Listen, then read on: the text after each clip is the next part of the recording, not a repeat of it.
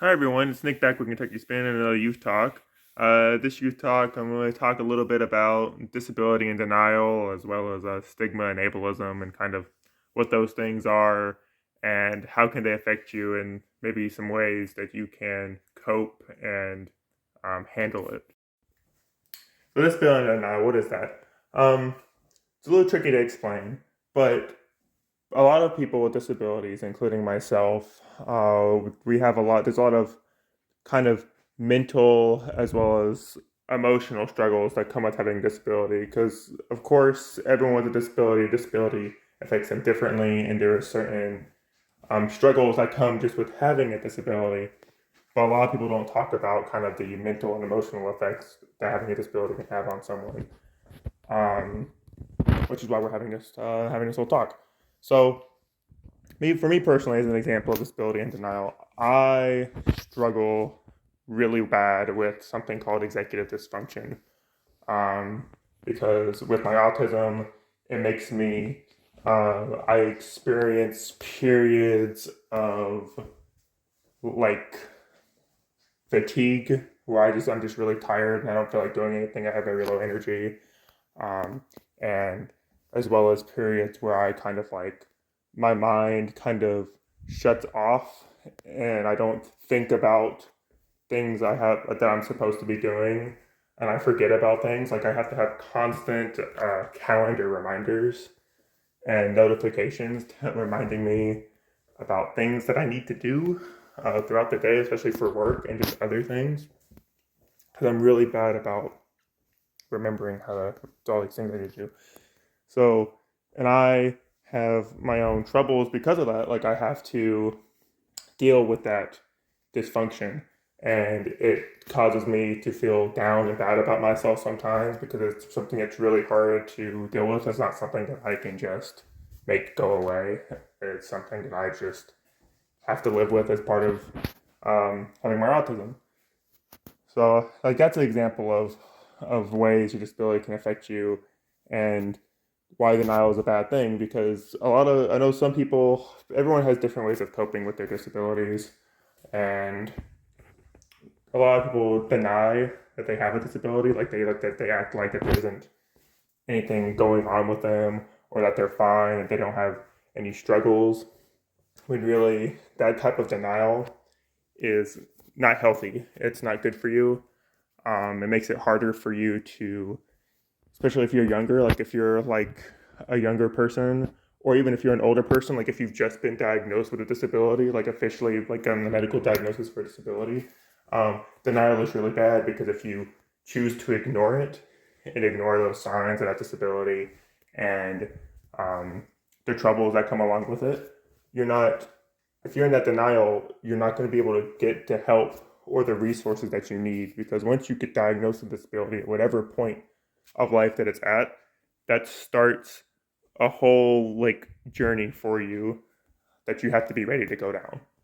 Um, and it's different for everyone. The journey is different for everyone. There's ups and downs to it. Some people have it easier than others. Some people definitely don't have it easy. Um, but you need to, it's important to not have that denial, because the sooner that you accept and you understand that you have a disability and that there is ways to treat it, the sooner you can start looking at how to get access to these different resources and different people and supports and things that you can find. The sooner you can start getting help to treat the parts of your disability that make it harder to live life. Um, and again, I know everyone's disability affects them differently. Some people it affects very minorly, some people not as minorly. Um, but that's why it's important to get out of that denial phase as soon as possible and to accept that you are disabled. Um, for most people with disabilities, once you are disabled or once you are diagnosed with disability, it is something that you will have for the rest of your life. Most disabilities aren't something that you will ever fully recover from. And I know, of course, it's a whole like ocean of different medical things and diagnoses that exist out there, and they're all different. Some are completely 100% treatable and all that, but not really what I'm talking about here. It's about more than likely, if you have a disability, it is something you're going to carry for you with the rest of your life in some way or some form. So it's your responsibility, and it's up to you to get that treatment as soon as possible, to accept and understand that, yes, I have this. This is something that I have, but now I can. Now that I know that I have it, and I know what the conditions are, and the thing is too is that, like, at least in modern day, like, there's so many supports and resources that exist today than there were 20 years ago. And I know this because I'm 26 years old, and I will tell you that when I was in elementary school myself, and this was back, 20 years ago, when I was a kindergartner, and I would just been diagnosed with autism. Even though autism at the time wasn't like a new thing, a lot of people, just because all the times are different, a lot of people didn't know how to deal with that, how to deal with um, children with like disabilities, like autism, in their classroom acting up. Because back then it was just bad behavior. You know, if you're like me and you did something a little silly, you got sent to the behavioral room for 2 hours. Right? They didn't know a lot of what they were dealing with back 20 something years ago. And even, I don't even want to get into like all that history, but even farther than of how they, you know, dealt with all that with people with disabilities and like that. But today, this is like, again, to reiterate, the amount of resources and support and the knowledge that is in the world today that can help support you and to help support you and your disabilities is unfathomable. It is absolutely amazing, the advances that we have made in treating and diagnosing disabilities. So unfortunately today, even though there's all these supports and resources that exist for you, there's also in this society a lot of stigma and ableism that still exists. And if you're kind of new to the world of disabilities or self advocacy and you don't know what those are, stigma is kind of like a stereotype, something that's just associated with someone because of certain circumstances. So an example would be um, like if someone's like autistic, people know that, and that's like knowledge they have. They might assume that that person's like not super social or very outgoing, and things like that, and they'll kind of just have that assumption, and they'll treat them. They'll passively just treat them that way. Like they won't like invite them to go do things with them because they're just not a very outgoing person. That's the assumption. So it's just a lot of hurtful assumptions that's made about someone because of their circumstances.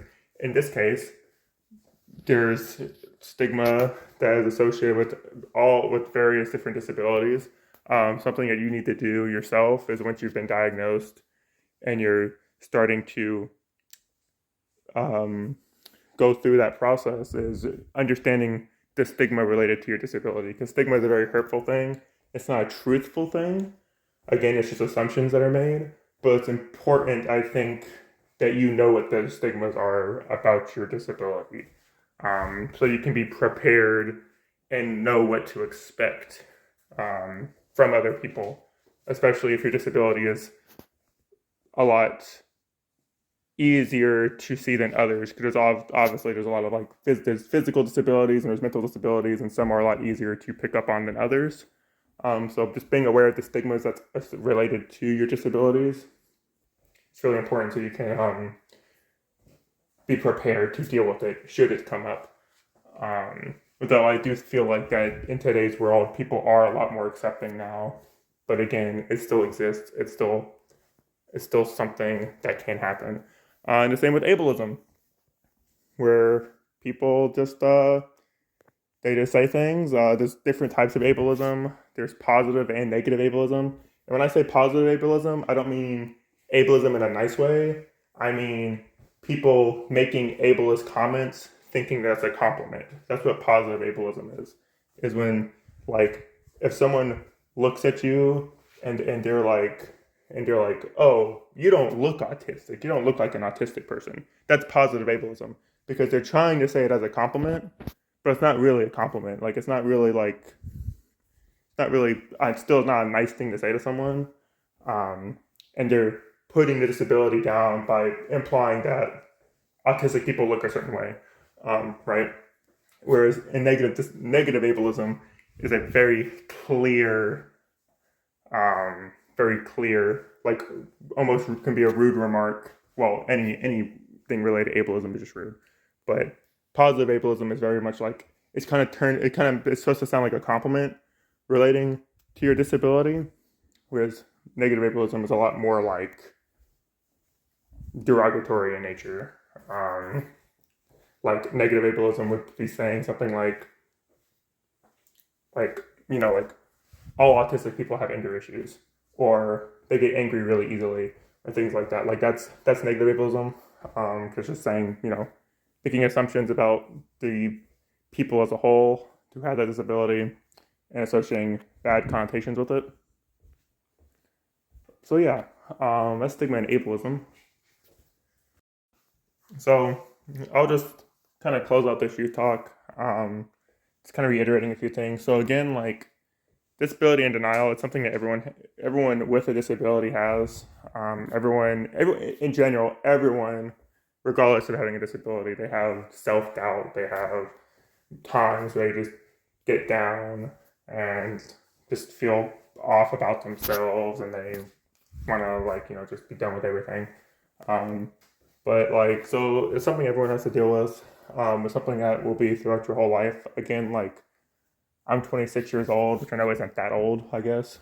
But it's something that I deal with, especially a lot more frequently. Like now that I'm like a full adult and I pay my own rent and I take care of my own needs and I work a full-time job and all that. There's definitely a lot of times where I feel really down and bad about myself, and I kind of get in these depressive slumps. And that's just thing that everyone has to deal with. It's not like you're not alone in having to experience those. It can be really hard, especially again if you're if you've just been freshly diagnosed, you're new to the whole advocacy and getting resources and supports thing. It can be really hard. But again, you just have to kind of figure out where your weaknesses are, where your strengths are, the parts things that work for you, the things that don't work for you, and be able to make those informed decisions so that you can help and get the resources and supports that you need to live a fulfilling life. But if you need any help or any suggestions, of course, the Kentucky Spin website is full of many resources that can kind of help your transition into adulthood or your transition through adulthood, because as my boss, Kelly Smith, always says, transition might have an age range, but transition doesn't ever end. It's something that once you become an adult, it is something you're going to have to go through for the rest of your life. You're always going to have to adapt to new things and cope with changes to the world, because the world itself is always changing. You're always changing, the world's always changing, so transition doesn't ever end. It's something that you will have to deal with for the rest of your life. You have to be ready to take care of. But again, the Kentucky Spin website has various resources, free resources that can help you. Can help you out and help you on your journey. You can reach out to us. We have very many wonderful people that work in Kentucky Spin. Me as well. My contact information is on the website. You can reach out to me at through my email at nick@kyspin.com if you just need any peer talk or any peer support. Because I know it's hard. I've been there. I'm still there. I'm still going through it. I've had the troubles. Still have the troubles. So you're not alone. If you just need someone for peer support or just to converse with, I'm always free. That's what I'm supposed to be here for, is to talk to people and help them out. But again, yeah, this is just been another Kentucky Spin youth talk. So I just wanted to end this youth talk doing something a little bit differently. So this is my dog Boba. He's a 15-year-old husky mix. I've had him for 15 years almost. He is a very beautiful looking dog. But the reason I'm doing this little thing here with him is because he also being a very old dog, but he has a disability as well. Despite being just a really old man, his eyes are, see, he's grunting. He doesn't like me touching him because he's sleepy. It's a very dreary day, so he can't see very well. He has an unnamed vision condition. Like, he's not necessarily blind, but his eyes are completely black, so he can't see very well. And he's had this condition for a few years now. I don't know exactly when this started or when it fully developed, but he's been like this for a very long time. And the reason I'm bringing this up is because even though he has this disability and he's had it for a very long time, he is still able to do everything that he needs to do to take care of himself. He has figured out how to cope with this disability himself. He gets around the house just fine. He knows where his food is. He knows when to ask when he needs more food, when he needs more water. He's able to communicate with me when he needs to go outside. He knows how to go outside. He knows where his leash and harness is, and he knows how to communicate when he needs to go on walks. So despite him being blind and not being able to see super well, he has figured out how to make his life smoother, and he has a support like me here to support him, and he supports me as well with my own struggles. But we know how to support each other, and we figured out how to get the supports and things that we need to live better, healthier lives. So if Boba here can figure it out, then I'm sure you can figure it out too. But that's all for this month's youth talk, and I'll see you for the next one.